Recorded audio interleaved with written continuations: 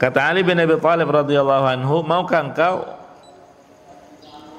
aku ajarkan kalimat doa yang Rasulullah sallallahu alaihi wasallam mengajarkannya kepadaku.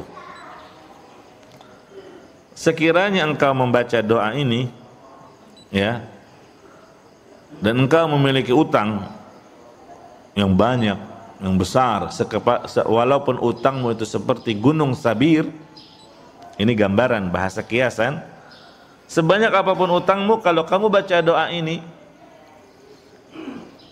addahullahu ank, niscaya Allah akan melunasi utang-utangmu itu. Apakah doanya? Bismillahirrahmanirrahim. Assalamualaikum warahmatullahi wabarakatuh. Innal hamdalillah nahmaduhu wa nasta'inuhu wa nastaghfiruh wa na'udzu billahi min shururi anfusina wa sayyiati a'malina. May yahdihillahu fala mudilla lahu wa may yudlil fala hadiyalah. Asyhadu an la ilaha illallah wahdahu la syarika lah wa asyhadu anna Muhammadan abduhu wa rasuluh sallallahu alaihi wa ala alihi wa sahbihi wa sallama tasliman katsira. Ya ayyuhalladzina amanu taqullaha haqqa tuqatih wa la tamutunna illa wa antum muslimun. Amma ba'du. Sebagaimana yang tadi telah diberitahukan, kita pada pagi hari ini memasuki poin yang ke-101 yang dibawakan oleh penulis, yaitu doa menunaikan hutang. Iya, karena apa hubungannya dengan bab 175 jalan menuju surga? Kok di sini disinggung terkait dengan hutang? Jawabannya adalah hadis Nabi sallallahu alaihi wasallam, nafsul mu'min mu'allaqatun bidainihi hatta yuqda anhu. Jiwa seorang mukmin itu masih bergantung dengan utangnya hingga dia melunasinya. Iya. Artinya apa? Di antara hal yang dapat menahan seseorang dari masuk surga, kalau dia masih memiliki utang. Nah, ini kaitannya antara poin 101 dengan judul pembahasan 175 jalan menuju surga. Sehingga kesimpulannya apa? Kalau ingin masuk surga tanpa ada yang menghambat dan menghalanginya, maka bebaskanlah dirimu dari utang piutang. Iya. Jemaah rahimakumullah, hadis yang dibawakan oleh penulis kitab yaitu Asy-Syaikh Naif ibn Mamduh ibn Abdul Aziz Al-Syaikh hafizahullah ta'ala adalah hadis yang diriwayatkan oleh Imam At-Tirmidzi dalam sunannya dari sahabat Ali bin Abi Thalib radhiyallahu anhu. Dari sahabat Ali bin Abi Thalib radhiyallahu anhu, ada seorang budak mukatab, ya, qala Ali radhiyallahu anhu li mukatabin ja'ahu syaka lahu ad-dain.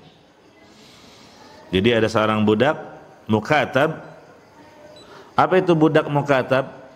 Budak yang membuat perjanjian dengan tuannya. Budak yang membuat perjanjian dengan tuannya untuk menebus dirinya secara berangsur, ya, ini menyicil. Dia ingin membebaskan status perbudakannya dengan memberikan sejumlah bayaran. Artinya dia memiliki utang untuk membebaskan diri. Ini namanya budak yang mukatab. Iya. Maka Ali bin Abi Thalib radhiyallahu anhu ketika budak ini berkata bahwa saya sudah tidak mampu lagi menunaikan tebusan diriku, bantulah aku. Jadi budak ini minta bantuan kepada Ali bin Abi Thalib radhiyallahu anhu untuk melunasi utangnya dalam pembebasan dirinya. Maka Ali bin Abi Thalib radhiyallahu anhu berkata kepada budak tersebut, "Ala u'allimuka kalimatin 'allamanihinna Rasulullah sallallahu alaihi wasallam law kana 'alaika mithlu jabalin sirin." Di riwayat yang lain, Jabal Sabirin dainan addahullahu anka. Kata Ali bin Abi Thalib radhiyallahu anhu, maukah engkau aku ajarkan kalimat doa yang Rasulullah sallallahu alaihi wasallam mengajarkannya kepadaku. Sekiranya engkau membaca doa ini, ya, dan engkau memiliki utang yang banyak, yang besar, walaupun utangmu itu seperti gunung Sabir, ini gambaran bahasa kiasan, sebanyak apapun utangmu, kalau kamu baca doa ini, addahullahu anka, niscaya Allah akan melunasi utang-utangmu itu. Apakah doanya? Qal, bacalah olehmu, qul, ya, bacalah olehmu, Allahumma kfini bihalalika an haramik wa aghnini bifadlika amman siwak. Ya, ini doanya. Allahumma kfini bihalalika, ya Allah, cukupkanlah aku dengan yang halal darimu. An haramik, cukupkanlah aku dengan yang halal darimu dari yang haram. Wa aghnini bifadlika amman siwak, dan jadikanlah aku tidak butuh dengan sebab karuniamu dari siapapun selainmu. Gitu ya. Ini hadis dinyatakan hasan oleh Syekh Al-Albani rahimahullahu taala, dan hadisnya diriwayatkan oleh siapa? At-Tirmidzi. Iya. Jemaah rahimani wa rahimakumullah, memang dalam kehidupan kita sehari-hari, ya, yang namanya manusia pada asalnya tidak lepas dari yang namanya utang piutang. Karena sudah menjadi ketentuan Allah Subhanahu wa taala dengan hikmahnya.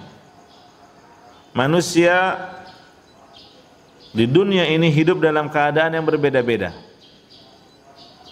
Ada yang diberikan kelapangan, banyak rezeki, ya, hingga berlimpah ruah hartanya, diberi kekayaan, sehingga berbagai kemudahan urusan dunia dia diberikan oleh Allah Azza wa Jalla. Ada sebagian orang lainnya yang hidup sebaliknya dengan kemiskinan,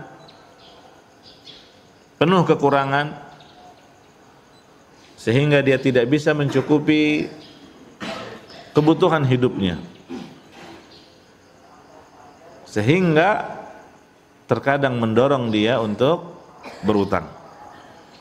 Terpaksa dia mencari pinjaman dari orang-orang yang dipandang mampu untuk memberinya pinjaman. Nah, dalam ajaran Islam, jamaah rahimakumullah, pada asalnya berutang itu hal yang mubah, jaiz, dibolehkan. Bahkan ayat yang terpanjang dalam Al-Quran, yaitu di surah Al-Baqarah ayat 282, Ini satu lembar, satu halaman full, satu ayat saja paling panjang itu adalah ayat yang berbicara tentang apa? Utang piutang. Ya, ini menunjukkan apa? Kita harus berhati-hati dalam menerapkannya. Karena utang bisa menjadi sebab seseorang dimasukkan ke dalam surga. Memberi pinjaman, memberikan piutang, atau bahkan dia membebaskan dari yang berutang kepadanya, sehingga Allah masukkan dia ke dalam surga. Dan juga sebaliknya, karena utang bisa menjerumuskan seseorang ke dalam neraka. Sebagaimana tadi kita sudah singgung hadis Nabi sallallahu alaihi wasallam, ya. Bahkan Nabi di dunia pernah meninggalkan dari melakukan salat jenazah karena apa? Si mayit masih memiliki utang yang belum dia bayarkan. Jemaah rahimakumullah, orang yang berutang dia harus punya perhatian dalam melunasi utangnya. Jangan menunda-nunda. Dan menunda-nunda bayar utang bagi yang sudah mampu itu suatu kezaliman. Matlul ghaniyyi zulmun. Iya. Menunda bayar utang bagi orang yang kaya, bagi yang sudah mampu, itu sebuah kezaliman. Dan harusnya kita membalas kebaikan dengan kebaikan. Sebagaimana firman Allah Ta'ala, hal jazaa'ul ihsan illal ihsan. Tidaklah balasan kebaikan itu kecuali kebaikan pula. Balas kebaikan dengan kebaikan juga. Iya. Artinya orang yang sudah memberi pinjaman kepada Anda, dia telah berbuat baik, maka balaslah dengan kebaikan, yaitu jujur dalam mengembalikan utangnya, semangat, ya, punya kesungguhan, seperti itu. Nah, sebagian orang ada yang bermudah-mudah dalam urusan utang, padahal itu kan hak saudaranya yang telah berbuat baik kepada dia.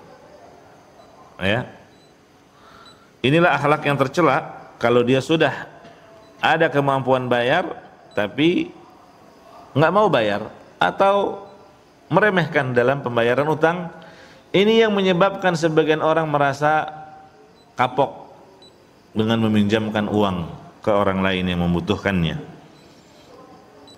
Akhirnya enggan untuk memberikan pinjaman lagi kepada siapapun gara-gara ulah satu orang ini.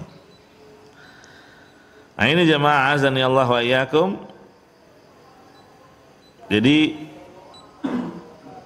pentingnya hal ini sehingga dibawakan secara khusus di poin 101.